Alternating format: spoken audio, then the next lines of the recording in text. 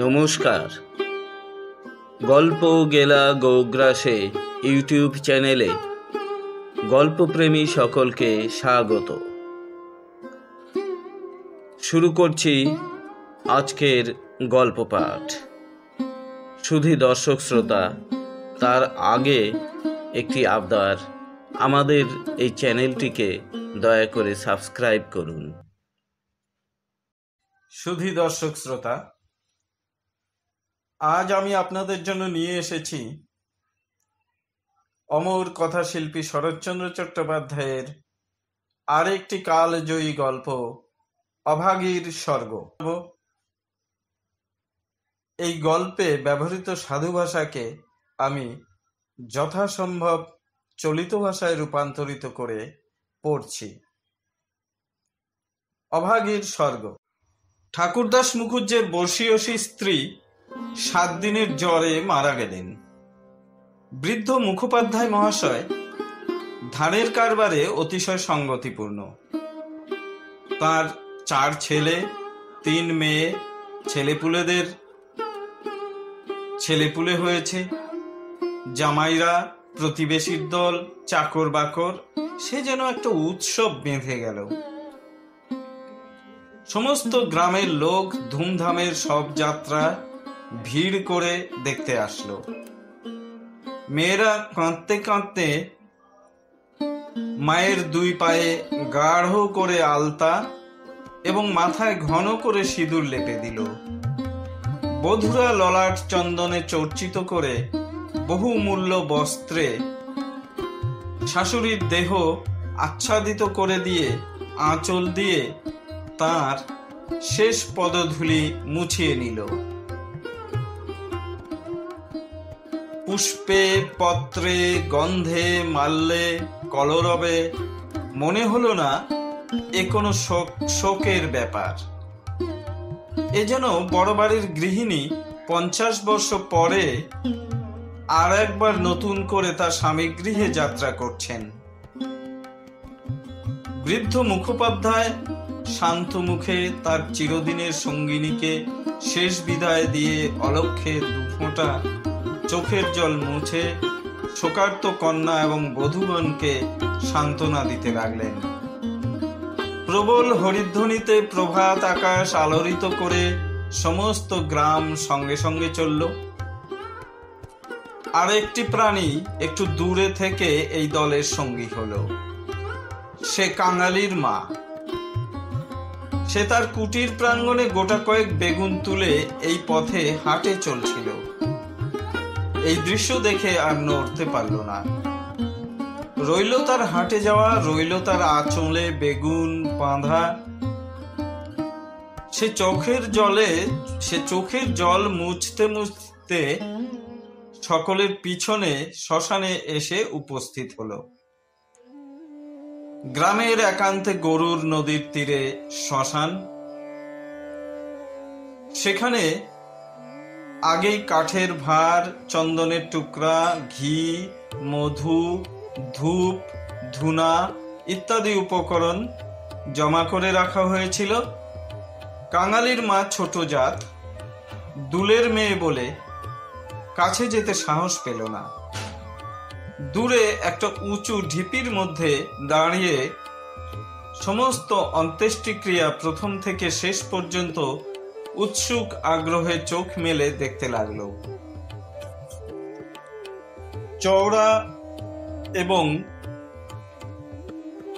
বিশাল চিতার ওপরে যখন শবদেহ তোলা হলো, তখন তার রাঙা পা 2খানি দেখে তার 2 চোখ জুড়িয়ে গেল। ইচ্ছা হলো ছুটে গিয়ে 1 বিন্দু আলতা মুছে নিয়ে মাথায় দেয়। বহু কণ্ঠের হরিধ্বনির সঙ্গে ছেলের হাতের মন্ত্রপুত অগ্নি যখন দেওয়া হলো, তখন তার চোখ দিয়ে ঝরঝর করে জল পড়তে লাগলো। মনে মনে বারংবার বলতে লাগলো, ভাগ্যিমানী মা, তুমি স্বর্গে যাচ্ছ, আমাকেও আশীর্বাদ করে যাও, আমি যেন এমনি কাঙালির হাতের আগুনটুকু পাই। ছেলের হাতের আগুন সে তো সোজা কথা নয়। স্বামী, পুত্র, পরিজন, কন্যা, নাতি, নাতনি, দাস, দাসী, পরিজন, সমস্ত সংসার উজ্জ্বল রেখে এই যে স্বর্গারোহণ, তা দেখে তার বুক ফুলে ফুলে উঠতে লাগলো। এ সৌভাগ্যের সে যেন আর ইয়ত্তা করতে পারল না। সদ্য প্রজ্বলিত চিতার অজস্র ধোঁয়া নীল রঙের ছায়া ফেলে ঘুরে ঘুরে আকাশে উঠছিল। কাঙালির মা এর মধ্যে ছোট একখানি রথের চেহারা যেন স্পষ্ট দেখতে পেল। গায়ে তার কত না ছবি আঁকা, চূড়ায় তার কত না লতা পাতা জড়ানো, ভিতরে কে যেন বসে আছে, মুখ তার চেনা যায় না, কিন্তু সিঁথায় তার সিঁদুরের রেখা, পদতল দুটি আলতায় রাঙানো। ওপরের দিকে চেয়ে কাঙালির মায়ের দুই চোখে অশ্রুর ধারা বইছিল। এমন সময় একটি বছর 14-15 ছেলে তার আঁচলে টান দিয়ে বলল, হেতায় তুই দাঁড়িয়ে আছিস মা, ভাত রাঁধবি নে? মা চমকে ফিরে চেয়ে বলল, রাঁধবো ক্ষণ রে। হঠাৎ উপরে ও আঙ্গুল দিয়ে দেখিয়ে ব্যগ্র স্বরে বলল, দেখ দেখ বাবা, বামুন মা ওই রথে চড়ে স্বর্গে যাচ্ছে। ছেলে বিস্ময়ে মুখ তুলে চেয়ে বলল, কই? কিছুক্ষণ তাকিয়ে থেকে লক্ষ্য করে শেষে বলল, তুই খেপেছিস? ও তো ধোঁয়া। রাগ করে বলল, বেলা দুপুর বাজে, আমার খিদে পায় না বুঝি? এবং সঙ্গে সঙ্গে মায়ের চোখের জল লক্ষ্য করে বলল, বামুনদের গিন্নি মরেছে, তুই কেন কেঁদে মরিস মা? কাঙালির মার এতক্ষণে হুঁশ হলো। পরের জন্য শ্মশানে দাঁড়িয়ে এইভাবে অশ্রুপাত করায় সে মনে মনে লজ্জা পেল। এমনকি ছেলের অকল্যাণের আশঙ্কায় মুহূর্তে চোখ মুছে ফেলে একটুখানি হাসবার চেষ্টা করে বলল, কাঁদবো কিসের জন্যে রে? চোখে ধো লেগেছে বই তো নয়। আহ, ধো লেগেছে বই তো না, তুই কাঁদছিলি। মা আর প্রতিবাদ করলো না। ছেলের হাত ধরে ঘাটে নেমে নিজেও স্নান করলো, কাঙালিকেও স্নান করিয়ে ঘরে ফিরল। শ্মশান সৎকারের শেষটুকু দেখা তার ভাগ্যে ঘটল না। সন্তানের নামকরণের সময় পিতামাতার মূঢ়তায় বিধাতা পুরুষ আড়ালে থেকে অধিকাংশ সময় শুধু হেসেই ক্ষান্ত হন না, তীব্র প্রতিবাদও করেন। তাই তাদের সমস্ত জীবনটা তাদের নিজের নামগুলোকেই যেন আমরণ ভেঙচিয়ে চলতে থাকে। কাঙালির মার জীবনের ইতিহাস ছোট, কিন্তু সেই ছোট্ট কাঙালি জীবনটুকু বিধাতার এই পরিহাসের দায় থেকে অব্যাহতি লাভ করেছিল। তাকে জন্ম দিয়ে মা মরেছিল, বাপ রাগ করে নাম দিল অভাগী। মা নাই, বাপ নদীতে মাছ ধরে বেড়ায়, তার না আছে দিন না আছে রাত। তবু যে কি করে ক্ষুদ্র অভাগী একদিন কাঙালির মা হয়ে বেঁচে রইল, সে এক বিস্ময়ের বস্তু। যার সঙ্গে বিয়ে হলো তার নাম রসিক বাঘ। বাঘের অন্য বাঘিনী ছিল। একে নিয়ে সে গ্রামান্তরে উঠে গেল। অভাগী তার অভাগ্য এবং শিশুপুত্র কাঙালিকে নিয়ে গ্রামেই পড়ে রইল। তার সেই কাঙালি বড় হয়ে আজ 15 পা দিয়েছে। সবেমাত্র বেতের কাজ শিখতে আরম্ভ করেছে। অভাগীর আশা হয়েছে আরো বছরখানেক তার অভাগ্যের সঙ্গে যুঝতে পারলে দুঃখ ঘুচবে। এই দুঃখ যে কি, যিনি দিয়েছেন তিনি ছাড়া আর কেউই জানে না। কাঙালি পুকুর থেকে আঁচিয়ে এসে দেখল তার পাতের ভুক্তাবশেষ মা একটা মাটির পাত্রে ঢেকে রাখছে। আশ্চর্য হয়ে জিজ্ঞেস করলো, তুই খেলি নে মা? বেলা গড়িয়ে গেছে বাবা, এখন আর খিদে নেই। ছেলে বিশ্বাস করল না, বলল, না খিদে নেই বই কি, দেখি তোর হাঁড়ি। এই ছলনায় বহুদিন কাঙালির মা কাঙালিকে ফাঁকি দিয়ে আসছে। সে হাঁড়ি দেখে তবে ছাড়ল। তাতে আর একজনের মতো ভাত ছিল। তখন সে খুশি মুখে মায়ের কোলে গিয়ে বসল। এই বয়সের ছেলে সচরাচর এরকম করে না, কিন্তু শিশুকাল থেকে বহুকাল যাবৎ সে রুগ্ন ছিল বলে মায়ের কোল ছেড়ে বাইরের সঙ্গী সাথীদের সঙ্গে মিশবার সুযোগ পায়নি। এখানে বসেই তাকে খেলাধুলার স্বাদ মেটাতে হয়েছে। এক হাতে গলা জড়িয়ে মুখের ওপর মুখ রেখেই কাঙালি চকিত হয়ে বলল, মা, তোর গা যে গরম, কেন তুই অমন রোদে দাঁড়িয়ে মরা পোড়ানো দেখতে গেলি? কেন আবার নিয়ে এলি? মরা পোড়ানো কি তুই? মা শশব্যস্তে ছেলের মুখে হাত চাপা দিয়ে বলল, ছি বাবা, মরা পোড়ানো বলতে নেই, পাপ হয়। সতীলক্ষ্মী মা ঠাকুরুন রথে করে স্বর্গে গেলেন। ছেলে সন্দেহ করে বলল, তবে এক কথা মা, রথে চড়ে কেউ নাকি আবার স্বর্গে যায়?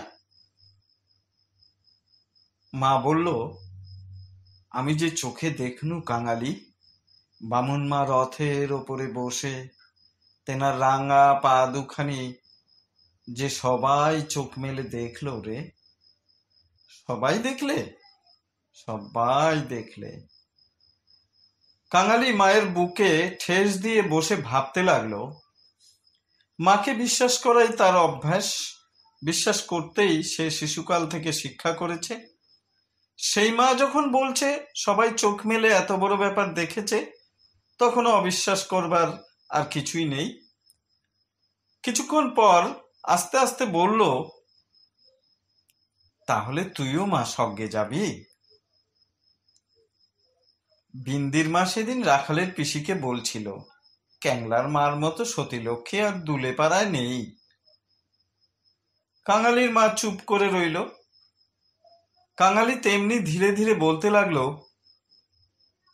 বাবা যখন তোরে ছেড়ে দিলে, তখন তোরে কত লোকে তো নিকে করতে সাদাসাদি করলে, কিন্তু তুই বললি না। বললি, ক্যাঙালি বাঁচলে আমার দুঃখ ঘুচবে।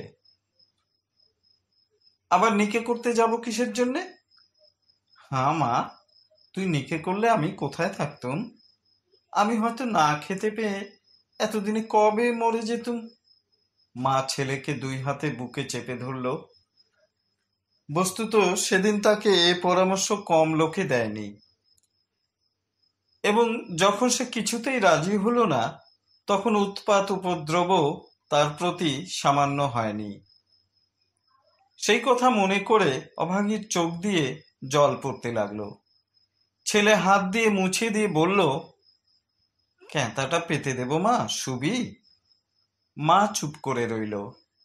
কাঙালি মাদুর পাতল, কাঁথা পাতল, মাচার ওপর থেকে ছোট বালিশটি পেরে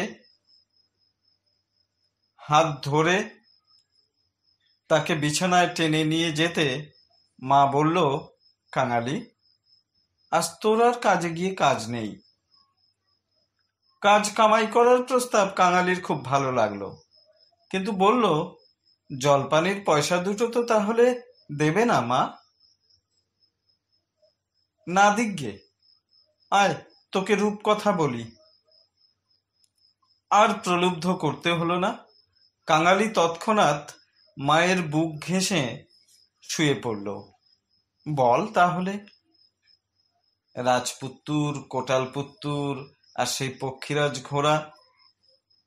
অভাগী রাজপুত্র, কোটালপুত্র আর পক্ষীরাজ ঘোড়ার কথা দিয়ে গল্প আরম্ভ করল।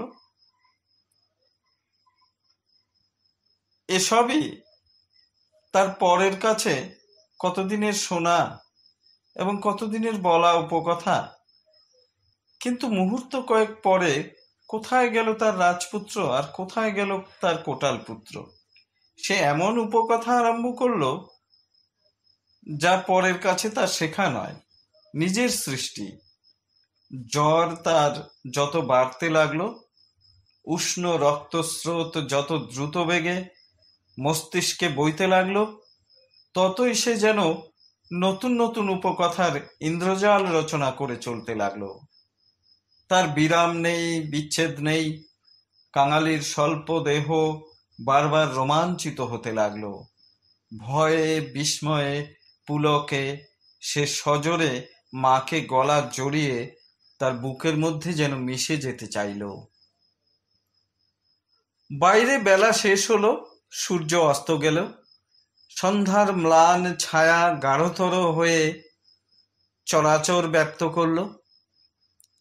কিন্তু ঘরের মধ্যে আজ আর দীপ জ্বলল না। গৃহস্থের শেষ কর্তব্য সমাধা করতে কেউ উঠল না।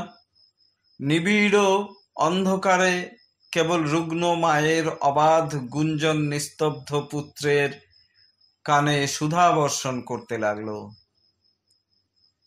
সেই শ্মশান ও শ্মশান যাত্রার কাহিনী, সেই রথ, সেই রাঙা পা দুটি, সেই তার স্বর্গে যাওয়া। কেমন করে শোকার্ত স্বামী শেষ পদধূলি দিয়ে কেঁদে বিদায় দিলেন, কি করে হরিধ্বনি দিয়ে ছেলেরা মাকে বহন করে নিয়ে গেল। তারপরে সন্তানের হাতের আগুন, সে আগুন তো আগুন নয় কাঙালি, সে তো হরি। তার আকাশ জোড়া ধুঁয়ো তো ধুঁয়ো নয় বাবা, সে তো স্বর্গের রথ। কাঙালি চরণ, বাবা আমার। কেন মা? তোর হাতের আগুন যদি পাই বাবা, বামুন মার মতো আমিও স্বর্গে যেতে পাবো। কাঙালি অস্ফুটে শুধু বলল, যা, বলতে নেই। মা সে কথা বোধ করি শুনতে পেল না। তপ্ত নিঃশ্বাস ফেলে বলতে লাগলো, ছোট জাত বলে তখন কিন্তু কেউ ঘেন্না করতে পারবে না, দুঃখী বলে কেউ ঠেকিয়ে রাখতে পারবে না। ইস, ছেলের হাতের আগুন, রথকে যে আসতেই হবে। ছেলে মুখের উপর মুখ রেখে ভগ্ন কণ্ঠে বলল, বলিস নে মা, বলিস নে, আমার বড্ড ভয় করে। মা বলল, আর দেখ কাঙালি, তোর বাবাকে একবার ধরে আনবি, অমনি যেন পায়ের ধুলো মাথায় দিয়ে আমাকে বিদায় দেয়। অমনি পায়ে আলতা, মাথায় সিঁদুর দিয়ে। কিন্তু কে বা দেবে? তুই দিবি না রে কাঙালি? তুই আমার ছেলে, তুই আমার মেয়ে, তুই আমার সব। বলতে বলতে সে ছেলেকে একেবারে বুকে চেপে ধরল। শুধু দর্শক শ্রোতা, অভাগীর জীবননাট্যের শেষ অংশ পরিসমাপ্ত হতে চলল। বিস্তৃতি বেশি নয়, সামান্যই। বোধ করি 30টা বছর আজও পার হয়েছে কি হয়নি, শেষও হলো তেমনি সামান্যভাবে। গ্রামে কবিরাজ ছিল না, ভিন্ন গ্রামে তার বাস। কাঙালি গিয়ে কাঁদাকাটি করল, হাতে পায়ে পড়ল, শেষে ঘটি বাঁধা দিয়ে তাকে 1 টাকা প্রণামী দিল। তিনি এলেন না, গোটা চারেক বড়ি দিলেন। তার কত কি আয়োজন, ফল, মধু, আদার সত্ত্ব, তুলসী পাতার রস। কাঙালির মা ছেলের প্রতি রাগ করে বলল, কেন তুই আমাকে না বলে ঘটি বাঁধা দিতে গেলি বাবা? হাত পেতে বড়ি কয়টি গ্রহণ করে মাথায় ঠেকিয়ে উনানে ফেলে দিয়ে বলল, ভালো হলে এতেই হব। দিন 2-3 এভাবেই গেল। প্রতিবেশীরা খবর পেয়ে দেখতে এলো। যে যা মুষ্টিযোগ জানত, যেমন হরিণের সিংহসা জল, গেটে করি পুড়িয়ে মধুতে মারিয়ে চাটিয়ে দেওয়া ইত্যাদি অব্যর্থ ঔষধের সন্ধান দিয়ে যে যার কাজে চলে গেল। ছেলে মানুষ কাঙালি ব্যতিব্যস্ত হয়ে উঠতে মা তাকে কাছে টেনে নিয়ে বলল, কবরেজের বড়িতে কিছু হলো না বাবা? আর ওদের ওষুধে কাজ হবে? আমি এমনি ভালো হব। কাঙালি কেঁদে বলল, তুই বড়ি তো খেলি নে মা, উনুনে ফেলে দিলি, এমনি কি কেউ সারে? আমি এমনি সেরে যাব। তার চেয়ে তুই দুটো ভাতে ভাত ফুটিয়ে নিয়ে খা দেখি, আমি চেয়ে চেয়ে দেখি। কাঙালি এই প্রথম অপটু হাতে ভাত রাঁধতে প্রবৃত্ত হলো। না পারলো ফ্যান ঝাড়তে, না পারলো ভালো করে ভাত বাড়তে। উনান তার জ্বলে না, ভিতরে জল পড়ে ধোঁয়া হয়। ভাত ঢালতে চারদিকে ছড়িয়ে পড়ে। মায়ের চোখ ছলছল করে এলো। নিজে একবার উঠবার চেষ্টা করলো, কিন্তু মাথা সোজা করতে পারল না, বিছানায় লুটিয়ে পড়ল। খাওয়া হয়ে গেলে ছেলেকে কাছে নিয়ে কি করে কি করতে হয় ঠিকঠাক মতো উপদেশ দিতে গিয়ে তার ক্ষীণকণ্ঠ থেমে গেল। চোখ দিয়ে কেবল অবিরল ধারে জল পড়তে লাগলো। গ্রামে ঈশ্বর নাপিত নারী দেখতে জানত। পরদিন সকালে সে হাত দেখে তারই সামনে মুখ গম্ভীর করল, দীর্ঘ নিঃশ্বাস ফেলল এবং শেষে মাথা নেড়ে উঠে গেল। কাঙালির মা এর অর্থ বুঝল, কিন্তু তার ভয়ই হলো না। সবাই চলে গেলে সে ছেলেকে বলল, এইবার একবার তাকে ডেকে আনতে পারিস বাবা? কাকে মা? ওই যে রে, ও গায়ে যে উঠে গেছে। কাঙালি বুঝে বলল, বাবাকে? অভাগী চুপ করে রইল। কাঙালি বলল, সে আসবে কেন মা? অভাগীর নিজেরই যথেষ্ট সন্দেহ ছিল, তথাপি আস্তে আস্তে বলল, গিয়ে বলবি মা শুধু একবার একটু তোমার পায়ের ধুলো চায়। সে তখনই যেতে উদ্যত হলে সে তার হাতটা ধরে ফেলে বলল, একটু কাঁদা কাটা করিস বাবা, বলিস মা যাচ্ছে। একটু থেমে বলল, ফেরবার পথে অমনি নাপতে বৌদির কাছ থেকে একটু আলতা চেয়ে আনিস কাঙালি। আমার নাম করলেই সে দেবে, আমাকে বড় ভালোবাসে। ভালো তাকে অনেকেই বাসত। জ্বর হওয়া অবধি মায়ের মুখে সে এই কয়টা জিনিসের কথা এতবার এত রকম করে শুনেছে যে সে সেইখান থেকে কাঁদতে কাঁদতে যাত্রা করল। পরদিন রসিক দুলে সময় মতো যখন এসে উপস্থিত হলো, তখন অভাগীর আর বড় জ্ঞান নেই। মুখের ওপরে মরণের ছায়া পড়েছে, চোখের দৃষ্টি এ সংসারের কাজ সেরে কোথায় কোন অজানা দেশে চলে গেছে। কাঙালি কেঁদে বলল, মা গো, বাবা এসেছে, পায়ের ধুলো নেবে যে। মা হয়তো বুঝলো, হয়তো বুঝলো না, হয়তোবা তার গভীর সঞ্চিত বাসনা সংস্কারের মতো তার আচ্ছন্ন চেতনায় ঘা দিল। এই মৃত্যু পথযাত্রী তার অবশ বাহুখানা বিছানার বাইরে বাড়িয়ে হাত পাতল। রসিক হতবুদ্ধির মতো দাঁড়িয়ে রইল। পৃথিবীতে তারও পায়ের ধুলোর প্রয়োজন আছে, এও কেউ নাকি আবার চাইতে পারে, তা তার কল্পনার অতীত। বিন্দির পিসি দাঁড়িয়েছিল, সে বলল, দাও বাবা, দাও একটু পায়ের ধুলো। রসিক অগ্রসর হয়ে এলো। জীবনে যে স্ত্রীকে সে ভালোবাসা দেয়নি, অসন বেসন দেয়নি, কোনো খোঁজ করেনি, মরণকালে তাকে সে শুধু একটু পায়ের ধুলো দিতে গিয়ে কেঁদে ফেলল। রাখালের মা বলল, এমন সতীলক্ষ্মী বামুন কায়েতের ঘরে না জন্মে ও আমাদের দুলের ঘরে জন্মালো কেন? এবার ওর একটু গতি করে দাও বাবা, ক্যাংলার হাতের আগুনের লোভে ও যে প্রাণটা দিলে, অভাগীর অভাগ্যের দেবতা অগোচরে বসে কি ভাবলেন জানি না, কিন্তু ছেলে মানুষ কাঙালির বুকে গিয়ে এ কথা যেন তীরের মতো বিঁধল। সেদিন দিনের বেলাটা কাটল, প্রথম রাত্রিটাও কাটল, কিন্তু ভোরের জন্য কাঙালির মা আর অপেক্ষা করতে পারল না। কি জানি এত ছোট জাতের জন্য স্বর্গে রথের ব্যবস্থা আছে কিনা, কিংবা অন্ধকারে পায়ে হেঁটেই তাদের রওনা হতে হয়। কিন্তু এটা বোঝা গেল, রাত্রি শেষ না হতেই এ দুনিয়া সে ত্যাগ করে চলে গেছে। কাঙালি আর প্রার্থনা করল না। এই ঘন্টা দুয়েকের অভিজ্ঞতায় সংসারে সে যেন একেবারে বুড়ো হয়ে গিয়েছিল।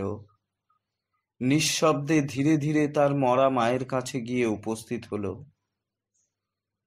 নদীর চরে গর্ত খুঁড়ে অভাগীকে শোয়ানো হলো। রাখালের মা কাঙালির হাতে একটা খড়ের আঁটি জেলে দিয়ে তারই হাত ধরে মায়ের মুখে স্পর্শ করিয়ে ফেলে দিল। তারপরে সবাই মিলে মাটি চাপা দিয়ে কাঙালির মায়ের শেষ চিহ্ন বিলুপ্ত করে দিল। সবাই সব কাজে ব্যস্ত। শুধু সেই পোড়া খড়ের আঁটি হতে যে অল্প ধোঁয়াটুকু ঘুরে ঘুরে আকাশে উঠছিল, তারই প্রতি পলকহীন চোখ পেতে কাঙালি ওপর দিকে স্তব্ধ হয়ে চেয়ে রইল। শুধুই দর্শক শ্রোতা, শেষ হলো অমর কথাশিল্পী শরৎচন্দ্র চট্টোপাধ্যায়ের লেখা কালজয়ী ছোট গল্প অভাগীর স্বর্গ। শুধুই দর্শক শ্রোতা, দারোয়ান ভুলবার পাত্র নয়। সে হাত মুখ নেড়ে জানালো, এসব চালাকি তার কাছে খাটবে না। জমিদার স্থানীয় লোক নন, গ্রামে তার একটা কাছারি আছে, গোমস্তা অধর রায় তার কর্তা।